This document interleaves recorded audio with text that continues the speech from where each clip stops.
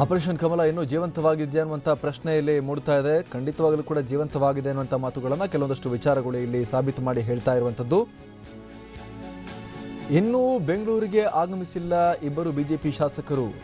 ಯಾರ್ಯಾರು ಅಂತ ನೋಡಿದ್ರೆ ಶಾಸಕರಾದ ಅಶ್ವಥ್ ನಾರಾಯಣ್ ಮತ್ತು ಬಾಲಚಂದ್ರ ಜಾರಕಿಹೊಳಿ ಇನ್ನೂ ಕೂಡ ಆಗಮಿಸಿಲ್ಲ ಬೆಂಗಳೂರಿಗೆ.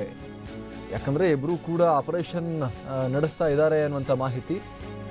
ಹೀಗಾಗಿ ಇವರಿಬ್ಬರು ಕೂಡ ಇವಾಗ ಸೆಷನ್ಗೆ ಹಾಜರಾಗುವುದು ಬಹಳ ಅನುಮಾನ ಅನ್ನುವಂಥ ಮಾಹಿತಿ ಈಗ ಲಭ್ಯ ಆಗ್ತಾ ಇದೆ. ಯಾಕಂದರೆ ಇನ್ನೂ ಬೆಂಗಳೂರಿಗೆ ಈ ಇಬ್ಬರು ಶಾಸಕರು ಬಂದಿಲ್ಲ. ಬಾಲಚಂದ್ರ ಜಾರಕಿಹೊಳಿ, ಶಾಸಕ Ashwath Narayan, doctor Ashwath Narayan Janardhana Reddy retire hurt ಆಗಿ ಹೋದ್ಮೇಲೆ ಆಪರೇಷನ್ ಉಸ್ತುವಾರಿನೆಲ್ಲ ಇವರೇ ವಹಿಸ್ಕೊಂಡಂಗೆ ಕಾಣಿಸ್ತಾ ಇದೆ. ಅಶ್ವಥ್ ನಾರಾಯಣ್ ಅವರು ಇವರು ಇಲ್ಲ ಬೆಂಗಳೂರಲ್ಲಿ, ಬಾಲಚಂದ್ರ ಜಾರಕಿಹೊಳಿ ಕೂಡ ಇಲ್ಲ.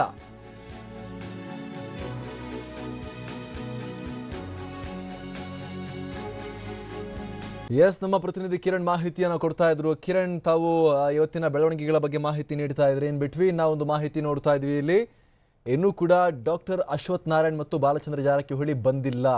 ಆಪರೇಷನ್ ಕಮಲದ ಉಸ್ತುವಾರಿ ಇವ್ರದೇ ಇತ್ತು ಅಂತ ಕೂಡ ಹೇಳಲಾಗ್ತಿರುವ ಈ ನಡುವೆನೆ ಇವರಿಬ್ಬರ ಅನುಪಸ್ಥಿತಿ ಎಲ್ಲೂ ಕೂಡ ಕಾಣಿಸ್ಕೊಳ್ದೇ ಇರೋದು ಮತ್ತಷ್ಟು ಆಪರೇಷನ್ ಕಮಲಕ್ಕೆ ಸಂಬಂಧಪಟ್ಟ ಹಾಗೆ ಸಸ್ಪೆನ್ಸ್ ಬಿಲ್ಡ್ ಆಗ್ಲಿಕ್ಕೆ ಕಾರಣ ಆಗ್ತಾ ಇದೆ. ಕಿರಣ್,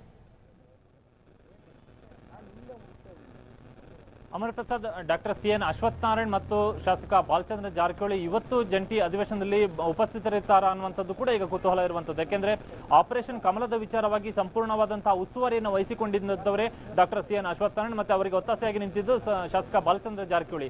ಆದ್ರೆ ಡಾಕ್ಟರ್ ಅಶ್ವಥ್ ನಾರಾಯಣ್ ಇನ್ನೂ ಕೂಡ ಬೆಂಗಳೂರಿಗೆ ಆಗಮಿಸಿಲ್ಲ ಅನ್ನುವಂತಹ ಒಂದು ಮಾಹಿತಿಗಳು ಸಿಗ್ತಾ ಇದೆ. ಕಳೆದ 3 ದಿನಗಳಿಂದಲೂ ಕೂಡ ಅಶ್ವಥ್ ನಾರಾಯಣ್ ಬೆಂಗಳೂರಿನಲ್ಲಿಲ್ಲ. ಇರುವಂತಹ ಮಾಹಿತಿಗಳ ಪ್ರಕಾರ ಅವರು ಮುಂಬೈನಲ್ಲಿದ್ದಾರೆ ಅನ್ನುವಂಥದ್ದು. ಅಂದ್ರೆ ಆಪರೇಷನ್ ಕಮಲ ಏನು ಜಾರಿಯಲ್ಲಿತ್ತು ಆ ಪ್ರಕ್ರಿಯೆಯನ್ನು ಮುಂದುವರಿಸುವಂತಹ ನಿಟ್ಟಿನಲ್ಲಿ ಅವರು ಮುಂಬೈಗೆ 3 ದಿನಗಳ ಹಿಂದೆ ತೆರಳಿದ್ರು. ಶನಿವಾರ ನಡೆದಂತಹ ಅವರ 50ನೇ ಹುಟ್ಟುಹಬ್ಬದ ಒಂದು ಆಚರಣೆ ಕಾರ್ಯಕ್ರಮಕ್ಕಾಗಿ ಬೆಂಗಳೂರಿಗೆ ಬಂದಿದ್ದವರು ಅಲ್ಲಿ ಹುಟ್ಟುಹಬ್ಬ ಆಚರಣೆ ಕಾರ್ಯಕ್ರಮದಲ್ಲಿ ಪಾಲ್ಗೊಂಡಿದ್ರು. ನಂತರ ಮರುದಿನ ಬೆಳಗ್ಗೆ ವಾಪಸ್ ಅವರು ಮುಂಬೈಗೆ ತೆರಳಿದ್ರು ಅನ್ನುವಂತಹ ಒಂದು ಮಾಹಿತಿ ಇತ್ತು. ಹಾಗಾಗಿ ಈ ಕ್ಷಣದವರೆಗೂ ಕೂಡ ಅವರು ಬೆಂಗಳೂರಿಗೆ ವಾಪಸ್ ಆಗಿಲ್ಲ. ಅಶ್ವಥ್ ನಾರಾಯಣ್ ಅವರ ಆಪ್ತರು ಕೂಡ ಅವ್ರನ್ನ ಸಂಪರ್ಕ ಮಾಡುವಂತಹ ಒಂದು ಪ್ರಯತ್ನವನ್ನ ಮಾಡಿದಂತಹ ಸಂದರ್ಭದಲ್ಲಿ ಅವರಿಗೂ ಕೂಡ ಸಂಪರ್ಕಕ್ಕೆ ಸಿಕ್ಕಿಲ್ಲ. ಯಾರ ದೂರವಾಣಿ ಕರೆಯನ್ನು ಕೂಡ ಅಶ್ವಥ್ ನಾರಾಯಣ್ ಸ್ವೀಕಾರ ಮಾಡ್ತಾ ಇಲ್ಲ ಅನ್ನುವಂತಹ ಒಂದು ಮಾಹಿತಿಗಳು ಕೂಡ ಲಭ್ಯವಾಗ್ತಿವೆ. ಒಂದು ವೇಳೆ ಅಶ್ವಥ್ ನಾರಾಯಣ್ ಇವತ್ತೇನು ಸದನಕ್ಕೆ ಹಾಜರಾದ್ರೆ ಅವರು ಆ ಸದನದಲ್ಲಿ ಹೆಚ್ಚಿನ ಗಮನವನ್ನ ಸೆಳೀತಾರೆ. ಯಾಕೆಂದ್ರೆ ಆಪರೇಷನ್ ಕಮಲದ ಉಸ್ತುವಾರಿಯನ್ನ ವಹಿಸಿದ್ದವರು ಅವರೇ ಅನ್ನುವಂಥದ್ದು ಈಗ ಬಹಿರಂಗವಾಗಿರುವಂತಹ ಅಂಶ. ಹೀಗಾಗಿ ಅಲ್ಲಿ ಏನಾಗಿದೆ ಅನ್ನುವಂಥದ್ದನ್ನ ಮತ್ತು ಆ ಒಂದು ಸಂಪೂರ್ಣವಾದಂತಹ ಮಾಹಿತಿಗಳೆಲ್ಲವೂ ಕೂಡ ಅವರ ಬಳಿ ಇರುವಂತಹ ಹಿನ್ನೆಲೆಯಲ್ಲಿ ಅವರು ಹೆಚ್ಚಿನ ಗಮನವನ್ನು ಸೆಳೀತಾರೆ. ಹಾಗಾಗಿ ಈ ಆಪರೇಷನ್ ಕಮಲ ವಿಚಾರ ಮತ್ತು ಅತೃಪ್ತ ಶಾಸಕನ ಸೆಳೆಯುವಂತಹ ವಿಚಾರದಲ್ಲಿ ಬಿಜೆಪಿಗೆ ನಿರೀಕ್ಷಿತ ಮಟ್ಟದ ಪೂರ್ಣ ಪ್ರಮಾಣದ ಯಶಸ್ಸು ಸಿಕ್ಕಿಲ್ಲದೆ ಇರುವಂತಹ ಕಾರಣದಿಂದಾಗಿ ಇಲ್ಲಿ ಒಂದಷ್ಟು ಮುಜುಗರ ಉಂಟಾಗಬಹುದು ಅನ್ನುವಂತಹ ಕಾರಣಕ್ಕಾಗಿ ಅಶ್ವಥ್ ನಾರಾಯಣ್ ಇವತ್ತು ಸದನಕ್ಕೆ ಹಾಜರಾಗದೇ ಇರೋದಕ್ಕೆ ತೀರ್ಮಾನವನ್ನ ಮಾಡಿದ್ದಾರೆ ಅನ್ನುವಂತಹ ಒಂದು ಮಾಹಿತಿಗಳಿವೆ. ಹಾಗಾಗಿ ಬಹುತೇಕ ಡಾಕ್ಟರ್ ಸಿ.ಎನ್. ಅಶ್ವಥ್ ನಾರಾಯಣ್ ಇವತ್ತು ಸದನಕ್ಕೆ ಹಾಜರಾಗುವಂತಹ ಸಾಧ್ಯತೆಗಳು ಬಹಳ ಕಡಿಮೆ ಇದೆ. ಅದೇ ರೀತಿ ಶಾಸಕ ಬಾಲಚಂದ್ರ ಜಾರಕಿಹೊಳಿ ಕೂಡ ಸದನಕ್ಕೆ ಬರುವಂತದ್ದು ನಿಶ್ಚಿತ ಇಲ್ಲ. Amar Prasad, thank you Kiran.